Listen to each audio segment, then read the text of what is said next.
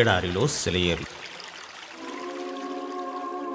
June 10వ తేదీ కొరకు వ్రాయబడిన ఈ భాగాన్ని మీకు చదివి వినిపిస్తున్నది సహోదరుడు పాల్ సుందరం. దేవుని ప్రేమించు వారికి, అనగా ఆయన సంకల్పపు చొప్పున పిలువబడిన వారికి మేలు కలుగుటకై సమస్తమును సమకూడి జరుగుచున్నవి. రోమీయులకు వ్రాసిన లేఖ 8వ అధ్యాయము 28వ వచనము. పౌలు అన్న ఈ మాటలు ఫలానా సందర్భంలో వర్తించకు అనడానికి వీలు లేదు. కొన్ని విషయాలు సమకూడి జరుగుచున్నవి అనలేదు. చాలా మటుకు అనే మాటే వాడలేదు. సమస్తమును అన్నాడు. అల్పమైన విషయాల నుంచి బ్రహ్మాండమైన వాటి దాకా, మామూలు సంఘటనలు మొదలు ప్రాణాపాయ స్థితుల దాకా అన్నీ ఆయన కృపలో సమకూడి జరుగుతాయి. అన్నీ మన మంచి కోసమే పనిచేస్తాయి. ముందెప్పుడూ చేస్తాయని కాదు, గతంలో చేశాయని కాదు, ఇప్పుడు చేస్తున్నాయి. ఆయన చేసే ప్రతి పనిని కోట్లాది స్వరాలు శ్లాఘిస్తూ ఉంటాయి. నీ తీర్పులు గంభీరమైనవి. ఆయన శ్రేష్టమైన నిర్ణయాలు నెరవేరుతూ ఉంటే నిలిచి చూస్తున్న దేవదూతలు చేతులు జోడించి, యెహోవా తన మార్గములన్నిటిలో నీతి గలవాడు, తన క్రియలన్నిటిలో కృప చూపువాడు. 145వ కీర్తన 17లో ఇలా అంటూ ప్రశంసిస్తూ ఉంటారు. అన్ని విషయాలు సమకూడి జరుగుతాయి. అది చాలా ఆశీర్వాదకరమైన కలయిక. ఎన్నెన్నో రంగులు వాటంతటవే కంటికింపుగా లేకపోయినా వాటిని ఇతర రంగులతో కలగలిపితే అందాన్నిస్తాయి. వివిధ రకాల సంగీత స్వరాలు, అపస్వరాలు, అపశృతులు కూడా గీతంగా కలిపితే మధురమైన సంగీతం అవుతుంది. ఎన్నెన్నో చక్రాలు, బోల్టులు కలిస్తేనే గాని యంత్రం తయారు కాదు.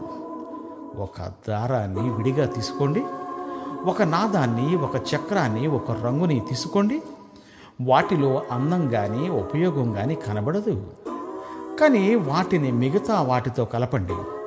స్వరాలను ఇతర స్వరాలతో, ఇనుప వస్తువుని ఇతర ఉక్కు పరికరాలతో జోడించండి.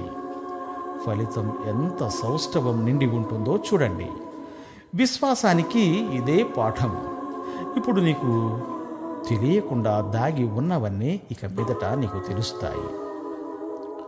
ఒక విశ్వాసికి 1000 శ్రమలు వస్తే దానిలో అతనికి మేలు కలిగించే శ్రమలెన్ని?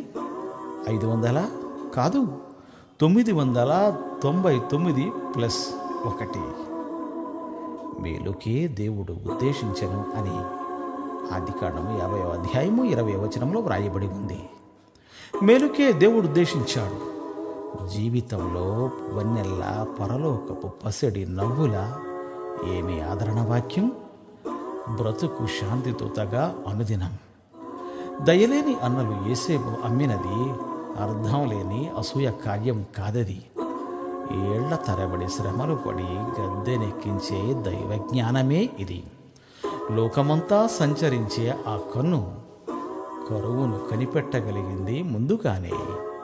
చెరసాలలో గడిపిన నిరాశ దినాలు అవి సార్థకమయ్యాయి త్వరలోనే.